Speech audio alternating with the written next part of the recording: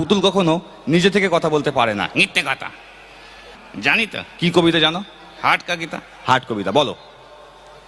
এই রবিগুরু কবীন্দ্রনাথ ঠাকুরের রবিগুরু কবীন্দ্রনাথ ঠাকুর হয় না, কবিগুরু রবীন্দ্রনাথ ঠাকুর হয়।